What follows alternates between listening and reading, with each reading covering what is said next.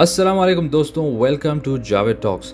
दोस्तों, आज हम बात करने जा रहे हैं दुनिया के 5 खतरनाक तरीन इंसानों के बारे में। नंबर 5 पे आता है रॉबर्ट चार्ल्स ब्राउन। ये शख्स का दिमागी तवाज़ुन सही नहीं था और ये सोचता था वो औरत जो अपने शौहर के साथ धोखा करते हैं उनको जान से मार देनी चाहिए। इसने अमेरिका के 9 शहरों का दौरा भी कर चुका था और वहाँ पे इसने कुल 50 औरतों की जान ली। जब 1995 में इसको पुलिस ने पकड़ा, इसको अदालत में 2 बार उम्र कैद की सजा भी हुई।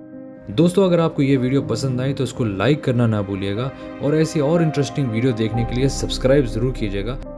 चलिए अब आगे चलते हैं।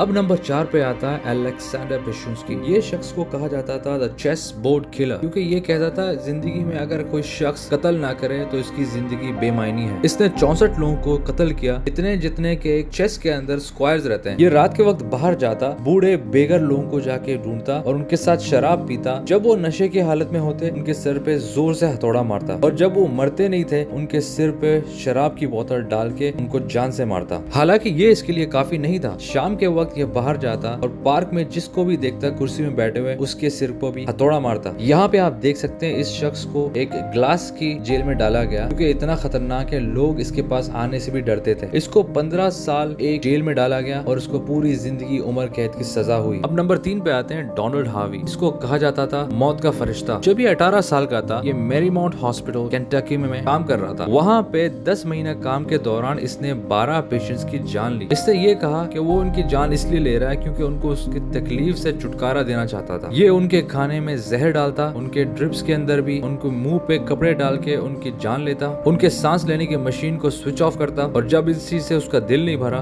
तो वो HIV की इंजेक्शन लेता और उन लोगों की बॉडी में डालता। जब तक हॉस्पिटल को वालों को पता भी चलता, इसने 90 लोगों की जान ले ली थी और अभी ये जेल में अपनी पूरी जिंदगी सजा में काट रहा है। जब ये पकड़ा गया, इसको 8 बार लगातार उम्र कैद की सजा हुई। दोस्तों, अब नंबर 2 पे आते हैं पेड्रो रोड्रिगेज फिलो। ये एक ब्राजीलियन कातिल है और इसने बहुत ही कम उम्र में कत्ल किया था। जब ये 14 साल का था, इसके बाप को काम से निकाल दिया गया क्योंकि उसने चोरी किया था और उसके बॉस को इसने बदले में मर्डर भी कर दिया। जब इसके एक दोस्त को किसी गैंग वालों ने मार दिया, फिर इसने उसी गैंग के 10 लोगों को भी जान से मार दिया। ये सारे कत्ल इसने 18 साल होने से पहले किए थे। ये पकड़ा गया था 1973 में और जेल में जाने के बाद उसने अपने बाप को पहली बार देखा और उसका बाप जेल में इसलिए था क्योंकि उसने इसकी माँ को भी कत्ल किया था। ये जानने के बाद इसने अपने बाप को जेल में ही मार दिया, उसके सीने से दिल निकाल के उसको चबाया और फेंक दिया। जेल के अंदर रहने के दौरान इसने 50 और कत्ल किए और कुल 100 लोगों को इसने जान से भी मार दिया। आखिरकार पेड्रो को 400 साल की उम्र कैद भी हुई, लेकिन 34 साल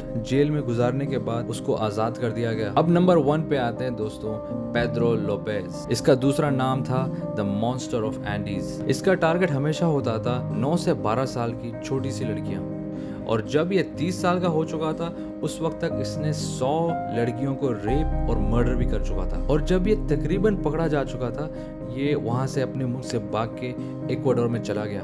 कुछ साल वहां गुजारने के बाद ये एक दूसरे मुल्क चला गया, पेरू में। वहां जाके ये पकड़ा गया और 1983 में जब ये पकड़ा गया, इसने कबूल की इसने 350 मर्डर किए थे। जेल में जाने के बाद इसको जज ने कहा कि ये इसका दिमागी तवाज़ुन सही नहीं है और उसको सिर्फ 14 साल की सजा दी और वो भी हॉस्पिटल में। अब आती है हैरानकुन बात दोस्तों, इस शख्स को जेल से आजाद किया गया था 14 साल के बाद। वजह ये था क्योंकि ये बहुत ही अच्छे तरीके से जेल में सजा काट रहा था और अभी ये जानवर नमूना इंसान 70 साल की उम्र हो चुका है और ये आजाद घूम रहा है। दोस्तों, आप मुझसे इंस्टाग्राम में भी कनेक्ट कर सकते हैं, उसका लिंक नीचे वीडियो की डिस्क्रिप्शन में आपको मिल जाएगा।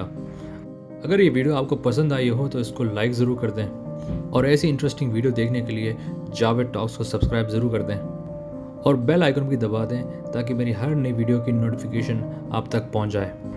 आप सब अपना ख्याल रखिएगा और हमें भी अपनी दुआ में याद रखिए।